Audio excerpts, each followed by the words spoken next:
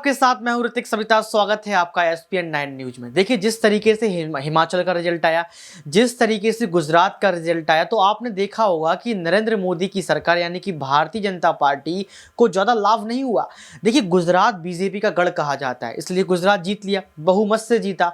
आप ये देखिए, मैनपुरी उपचुनाव हार गए, खतौली उपचुनाव हार गए, इसके साथ हिमाचल प्रदेश हार गए, दिल्ली एमसीडी हार गए, पंजाब हार गए थे। लगातार जो है बीजेपी का ग्राफ नीचे गिरता हुआ चला जा रहा है। इसका सबसे बड़ा कारण रोजगार हो सकता है, इसका सबसे बड़ा कारण महंगाई हो सकता है, और इसका सबसे बड़ा कारण हो सकता है जो युवाओं की जो है परीक्षा और शिक्षा व्यवस्था को ठीक नहीं रखा जाता है। देखिए, आपको साफ तौर पर बता दें कि हमारा देश लोकतांत्रिक देश है, और लोकतांत्रिक देश में जनता को अधिकार रहता है कि वो सरकार को चुने, एक ऐसी सरकार को चुने जो जनता के लिए काम करे। लेकिन सरकार यहां पर हवा में उड़ने लगती है। क्यों? क्योंकि सरकार को लगता है कि कुर्सी मिल जाने के बाद अब हमारा दायित्व बनता है कि अब हम पैसे कमाएं और यहां पर जनता का मिसयूज करें। लेकिन आप समझ सकते हैं कि जिस तरीके से 2014 के बाद बीजेपी की तानाशाही शुरू हुई है, उस वजह से लगातार बीजेपी का ग्राफ गिरना शुरू हो गया है।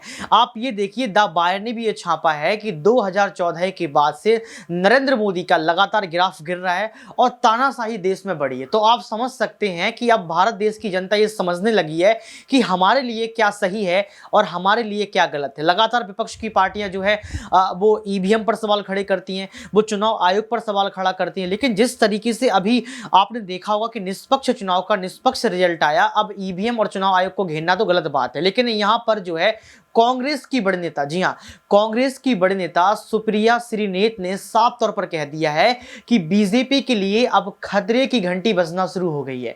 बीजेपी पार्टी का जो है ग्राफ गिरना शुरू हो गया है। उन्होंने साफ तौर पर कह दिया है कि बीजेपी पार्टी ने जो 40 लाख युवाओं को रोजगार देने का वायदा किया था, उस वायदे को तोड़ दिया है। आप ये देखिए, कोरोना काल में कितने ऐसे युवा रहे होंगे जिनको उनका रोजगार चला गया, उनको रोजगार नहीं मिला। साथ में उन्होंने ये बात भी कही है कि सबसे बड़ा कारण महंगाई का हो सकता है। देखिए, पहले आप सुप्रिया श्रीनेत का एक वीडियो देखिए जिसमें साफ तौर पर उन्होंने यहां पर भारतीय जनता पार्टी की पोल खोल दी। देखिए इस वीडियो को। 12 नवंबर से 5 दिसंबर के बीच में इस देश में, गुजरात में, हिमाचल प्रदेश में, दिल्ली के नगर निगम में और 7 उपचुनावों में वोटिंग हुई। वोटिंग के नतीजे आने के बाद एक बात तो साफ है कि चुनाव के पहले भारतीय जनता पार्टी की सत्ता दिल्ली के एमसीडी पर थी, गुजरात में थी और हिमाचल में थी। भारतीय जनता पार्टी हिमाचल हार गई, दिल्ली नगर निगम हार गई, 7 उपचुनावों में से 5 उपचुनाव हार गई और एक गुजरात जरूर जीता। तो हार और जीत का जो रेशियो है वो 3:1 का है। हारी है उपचुनाव हिमाचल और दिल्ली एमसीडी, जीती है गुजरात। गुजरात की प्रचंड जीत है, बिल्कुल प्रचंड जीत है, उसकी बधाई देते हैं। लेकिन क्योंकि गुजरात की जीत का सेहरा मोदी जी के सिर पर बांधा जा रहा है, तो यह भी बोला जाएगा कि गुजरात में चुनाव जीतने के बावजूद भी स्थिति जस की तस है। 40 लाख लोग बेरोजगार हैं, 1.5 लाख परिवार गरीबी की सीमा रेखा के नीचे हैं, 22 पेपर लीक हुए हैं, 150 लोगों की मौत का कारण क्या था मोरबी में, कौन गुनहगार है, ये किसी को पता ही नहीं है। महंगाई से लोग जूझ रहे हैं, बेरोजगारी से लोग जूझ रहे हैं, वो स्थिति जस की तस बनी हुई है। पर क्योंकि सेहरा मोदी जी को बांधा जा रहा है, ये सवाल पूछे जाएंगे। खैर, अब आते हैं हिमाचल पर। देवभूमि की देवतुल्य जनता ने हमको अपना आशीर्वाद दिया है, 40 सीटों से बढ़िया बहुमत हासिल किया है। भाजपा की सिर्फ 18 सीटें ही नहीं कम हुई हैं, 6% वोट में भी गिरावट आई है। हमने तो खैर चुनाव मूल मुद्दों पर लड़ा था, चाहे वो पुरानी पेंशन स्कीम हो, अग्निवीर की खिलाफत हो, सेब बागानों की बात हो और बेरोजगारी से जूझते लोगों को राहत देने की बात हो। लेकिन सवाल यह जरूर बनता है कि हिमाचल का चुनाव भी मोदी जी ने अपने ही चेहरे पर वोट मांगा था, अपनी आत्मीयता बताते थे हिमाचल से, तो ठीकरा उनके सर पे क्यों नहीं फोड़ा जा रहा है?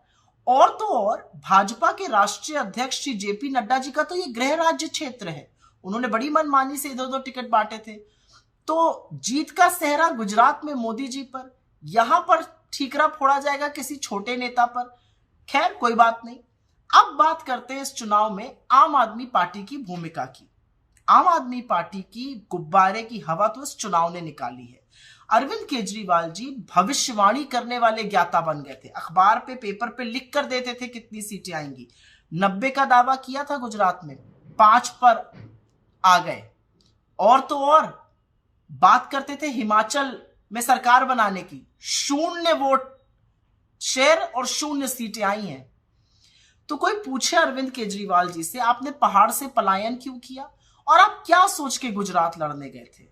आप हर उस जगह क्यों जाते हैं जहां पर आप सेंध उन वोटों को मारते हैं जिसके कारण भाजपा की जीत सुनिश्चित हो जाए?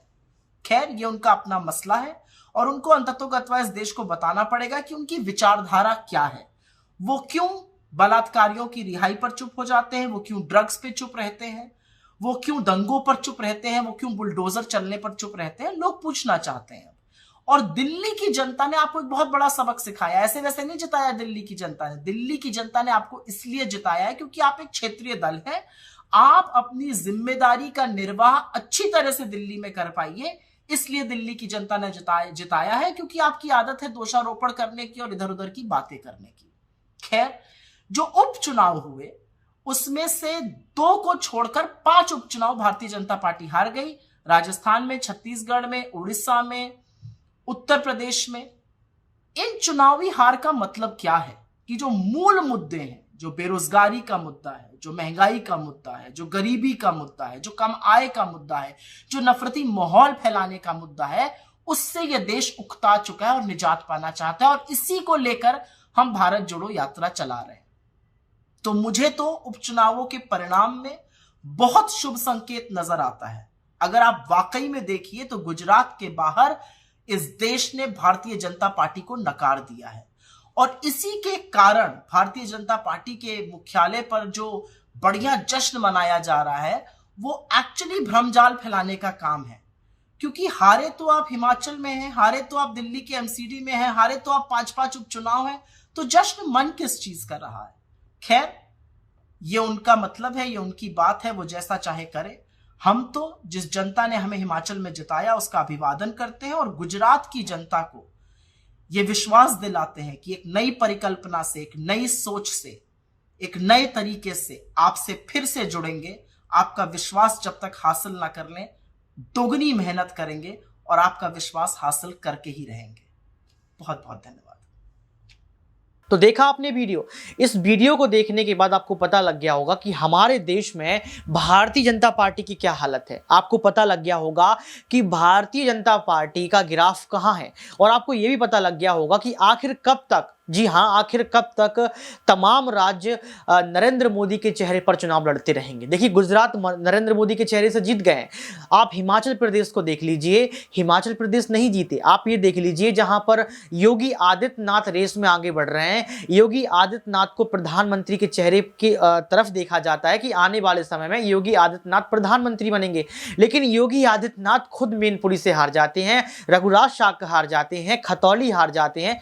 तो आप समझ सकते हैं कि बीजेपी की नैया डूबने वाला दौर शुरू हो गया है। लगातार प्रधानमंत्री भी कहते हैं कि मैं अपने राज्य के मुख्यमंत्री से कहना चाहूंगा कि आप मुद्दों पर काम करें, आप जनता के भविष्य के लिए काम करें, लेकिन जनता के भविष्य के लिए काम तो होता नहीं है। भविष्य जैसे ही खराब होता है, राज्य में जैसे ही सरकार डूबने लगती है, तुरंत जो है मुख्यमंत्री यहाँ पर प्रधानमंत्री का नाम लेने लगते हैं, तुरंत कहने लगते हैं कि प्रधानमंत्री के हाथों को मजबूत करो। जैसे कि जयराम ठाकुर ने कहा था कि इस बार हिमाचल की जनता जो है प्रधानमंत्री के हाथ मजबूत करेगी। देखिए, आपने इस वीडियो को देखा, आपने मेरी बात सुनी, आपको क्या लगता है कि सच में नरेंद्र मोदी की सरकार का ग्राफ गिरना शुरू हो गया है? क्या आपको लगता है कि 2024 की लोकसभा चुनाव में नरेंद्र मोदी बहुत बड़ा घाटा खा सकते हैं? कमेंट बॉक्स में जरूर बताएं।